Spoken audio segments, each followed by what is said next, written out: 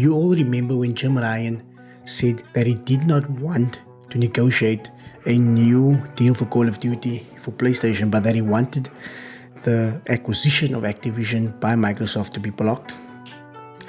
Well, yeah, that did not age well. Let's talk about it.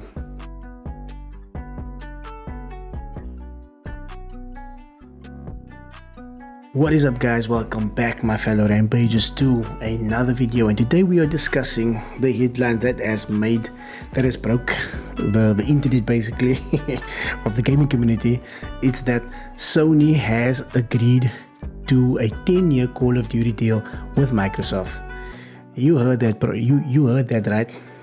Sony PlayStation has agreed to a Call of Duty deal with Microsoft, who is or will soon be the owners of Activision Blizzard, ABK. Have you ever thought in your wildest dreams that you would hear a headline, or that you would hear or read a headline like that? It's crazy, man. Now, I'm sorry for my voice. My voice is kind of messed up. Been sick this weekend, but I wanted to do this video because this news broke yesterday. And it's quite a shock, man. Like I said in my previous videos, I predicted that based on Jim Ryan's based on his previous comments that he made during the trial with the FTC, where he said that PlayStation will be okay without Call of Duty. I said from that time that there is something happening behind the scenes, where Jim Ryan got together with Phil Spencer and they are busy negotiating a deal for Call of Duty. Now, according to sources, according to Tom Warren and The Verge, this deal was confirmed that Sony's 10-year Call of Duty deal is limited only to Call of Duty. It's only limited to COD. Microsoft originally offered to keep existing Activision console titles on Sony. That means Overwatch, all of that titles would have been available on Sony, would have still been on Sony. But Jim Ryan, he refused the offer. PlayStation refused the offer back then. Now they've basically gotten a more limited offer that is limited just to Call of Duty for a period of 10 years. Wow. So, what Tom was saying here is that existing console titles on Sony, including future versions of current Activision games on PlayStation till the end of 2077. I mean 2027, I don't want to say 2077. 2027. That means that sequels to current games now would have still been released on the PlayStation platform, but now the deal has only been limited to 10 years for COD specific titles. Wow, that is such a limited deal compared to what was originally offered.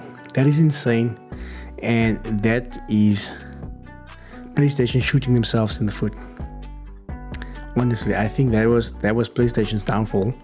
They should have accepted the offer from the get-go, but yeah, PlayStation has bended the knee and they have accepted the deal. And why not? Why would they not accept the deal? As we've seen in the case, it was revealed that that in 2021 alone, over 1 million PlayStation players only played Call of Duty on their PlayStation and nothing else. 6 million PlayStation gamers spend 70% of their time only playing Call of Duty. How crazy is that? So if the majority of your players is playing just Call of Duty, and let's be real, the majority of Call of Duty players comes from the PlayStation platform. That's the reality of it. Therefore Jim Ryan they could not lose Call of Duty because it's actually a console seller for them as well. Now, with the new deal, the exclusivity that PlayStation had with Activision will come to an end. But that will be by the end of 2024. After that, those exclusive offers that Activision had with PlayStation and that is coming to an end, where they would get 30 days earlier access and things like that, special missions, special skins and like that. That time is over. Now, at the end of the day, keeping the game Call of Duty on PlayStation is good for both gamers, both Xbox, PC, as well as PlayStation. It's a good thing. Not only that, but the game will be available on other platforms as well. So we'll be seeing Nintendo players being able to enjoy Call of Duty as well. This is just insane. So further on, Call of Duty has 70 million daily active users, with the primary platform being mobile, followed by PC and consoles, with Xbox being the smallest percentage. So that is how massive Call of Duty is on the PlayStation platform. And now that is owned by Microsoft. So with the game still being for the next 10 years on PlayStation, people don't have to get rid of their PS5s, which is good. It's great for them. If they're existing users on the PlayStation platform, and most of the playbase comes from there, they don't need to get rid of the PS5s now. But here's the question: what is better, paying $70, which is 1,500 rand here in South Africa, every year for a Call of Duty, whereas you could play it for free day one when it releases on Xbox Game Pass, and we'll probably be getting additional Game Pass perks and that every month for Call of Duty? You tell me what is better. Now, I know people, the sentimental value for people to want to own the game, they want to own the disc, they want to own, but yeah, to me, especially for me, someone that's not able to buy 10 games every year with each release, to spend $70 on a game Pass is looking quite appealing with the acquisition of Activision. Now, also what was released was a new pricing system for Xbox, and we know that Xbox Live, Xbox Gold, whatever, it's going away, and it's being replaced by different packages, which is all fine and well, because with the addition of Activision, Xbox know that they have quite a gigantic library. They have quite a gigantic online service for all gamers. So what looks more appealing? Let me tell you now, that Xbox Series S black one with the 1 terabyte storage is going to look quite appealing to PlayStation 5 players just to play Call of Duty. Let me tell you that. And I think here Microsoft played a great move, a great strategy, by releasing basically a Xbox Series S, which is an entry point for those PlayStation players who want to become part of the Xbox ecosystem without having to get rid of the PS5. It's a cheaper way to get more players into the Xbox ecosystem. But yeah, that is just crazy. That is just crazy. So, according to the Verge article, Sony has agreed to a 10-year deal with Call of Duty with Microsoft to keep the franchise on PlayStation after the proposed Activision Blizzard acquisition. Microsoft Gaming CEO Phil Spencer says Sony and Microsoft have agreed to a binding agreement to keep Call of Duty on PlayStation. This ends a bitter battle between the companies that has been waged both privately and publicly over the past year after Microsoft announced its proposed acquisition of Activision Blizzard in January 2022. So Phil Spencer tweeted that we are pleased to announce that Microsoft and PlayStation have signed a binding agreement to keep Call of Duty on PlayStation following the acquisition of Activision Blizzard. We look forward to a future where players globally have more choice to play their favorite games.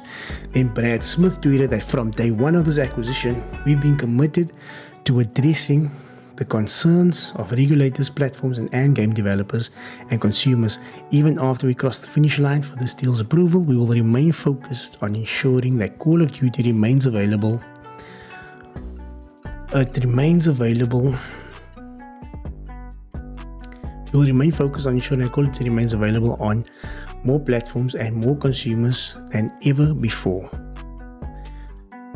So while Microsoft's initial announcement doesn't mention 10 years for Call of Duty on PlayStation, Gary Perez, head of global communications at Xbox, confirmed the 10-year commitment to The Verge. Perez later confirmed to the verge that the deal is only for Call of Duty though. That makes the deal similar to a 10-year agreement between Microsoft and Nintendo, but not the various deals Microsoft has struck with Nvidia and other cloud gaming platforms to bring Call of Duty and other Xbox Activision games to rival services. Microsoft's original deal offered to Sony in January 2022 included keeping all existing Activision console titles on Sony, including future versions of the Call of Duty franchise or any other current Activision franchise on Sony through December 31st, 2027. The deal terms have clearly changed since the opening offer, with an extension to 10 years that's limited to just Call of Duty. Man, listen, I'm not all about the consoles, but man, this is a big L that PlayStation has taken. Honestly, had Jim Ryan just gone with the original deal, they would have been for 10 years and still keeping sequels and that to other games on the PlayStation platform. There we go. And now God bends to my will. So now they've got a more limited deal, which is just crazy. And the fact of the matter is that we all know, Jim Ryan even confirmed it himself, PlayStation confirmed it themselves, that the sales of Call of Duty games on their platform it basically paid for all the other developers, and that for all these other for all these other great and magnificent single player games like God of War, Spider-Man 2, The Last of Us, all that stuff. And now that income has been taken away and it's going to Xbox. It's going to the rival company. It's just insane. Now look, PlayStation is still in the lead when it comes to single player, fantastic story driven games. Without a doubt, they are the forefront runners of that genre. But to be honest, Xbox is closing in on them. In the coming years, Xbox will close that gap, without a doubt. Their library has grown now with this Activision, and they could bring back old IP such as Prototype. They could do a Prototype 3 and things like that. And the sad thing is, it's not going to be on PlayStation, which is insane. I mean, look at how the older Call of Duties right now at the moment. If you've been watching TikTok, how crazy the old servers, people have been joining old servers for Modern Warfare 2, the OG version, Black Ops, the original one, Black Ops 2 and things, and they're getting crazy matches and that instant matches. So with the acquisition of Activision by Microsoft, I hope that Microsoft fixes a lot of the internal problems at Activision, that they fix the franchise as a whole. But yeah, let me know, guys. My question for ending this video is, do you prefer paying $70 for a game or playing it for free for at a lesser monthly subscription? All the Call of Duties at your disposal, whether it be Xbox or PC, or if you're playing on PlayStation, will you continue buying Call of Duty games, or will you stop, or will you just switch to something else? In my opinion, this is also good for competition, because now PlayStation, since they've acquired Bungie, they could create a different first-person shooter that rivals Call of Duty, which is great. And that would probably force Activision to do a better job, because we know Battlefield has just dropped the ball on that. Battlefield used to be the rival for Call of Duty, but that's just not the case anymore. Anyway, guys, that's it, man. Let me know your comments down below. Do you think this was great for gaming? Do you disagree? Like I posed the question, are you willing to pay $70 for Call of Duty still, or prefer playing it for free for a monthly subscription of $10 to $16 a month? Let me know down in the comments below, guys. If you want more discussion videos like this, hit that like button, hit that subscribe button, guys. I do appreciate it. It helps the channel out, and I will catch you on the next video. Sorry for my voice. Rampage out. Peace.